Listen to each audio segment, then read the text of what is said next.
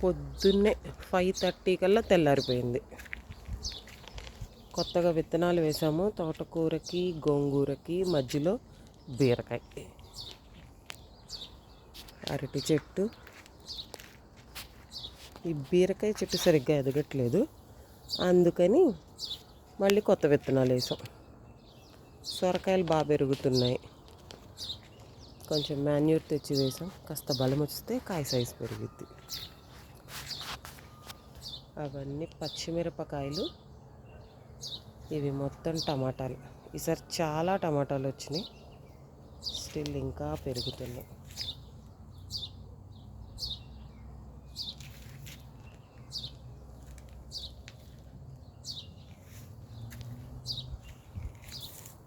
రోజు అట్లీస్ట్ ఒక 4-5 టొమాటోస్ పెద్ద పెద్దవి కట్ చేయడం. దోసకాయ చెట్టు,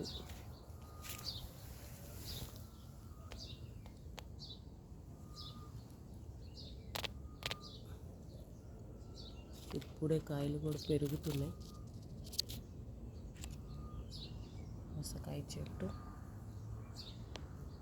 ఇది నేతి బీరకాయ అని అనుమానం, ఐడియా లేదు, చూడాలి.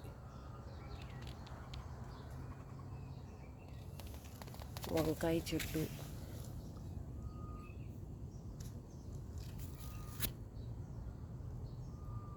కొంచెం వంకాయ పురుగు పట్టింది, మందు కొట్టాము, సెట్ అయిద్దని అనుకుంటున్నా.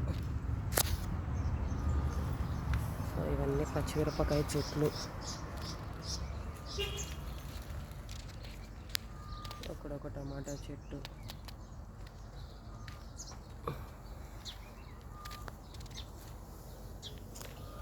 పందిర్లాగా కట్టాము. బాగా ఎండలు ఉన్నాయి. ఒక్క పూట వాటర్ పోయకపోయినా చాలా డిఫరెన్స్ వచ్చేస్తుంది. సో ఇట్లా పందిరి వేసేసుకుంటే చెట్లు సేఫ్. మనం ఒక పూట లేట్ చేసిన డైలీ 2 నీళ్లు పోయాలి.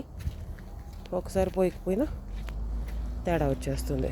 సో ఇప్పుడు ఈ పందిరి ఉండడం వల్ల మనకి సేఫ్.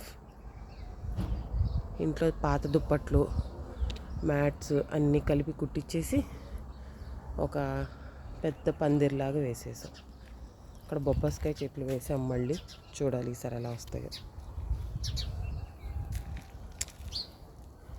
ఈరోజు పోలిపాడ్యమి కదా, ఇదిగోండి పోలిపాడ్యమికి ఇలా చేసుకున్నాను.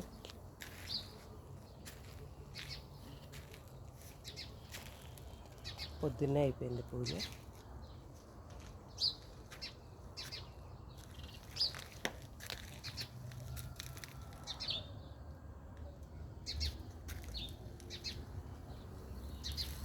సో ఇది మన పక్కింటి స్థలం,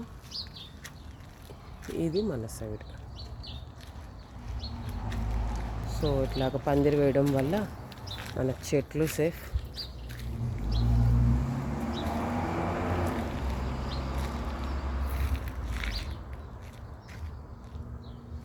సో చెట్లకి ఎండ ఎంత ఎక్కువైనా కూడా మనకి ప్రాబ్లం లేకుండా.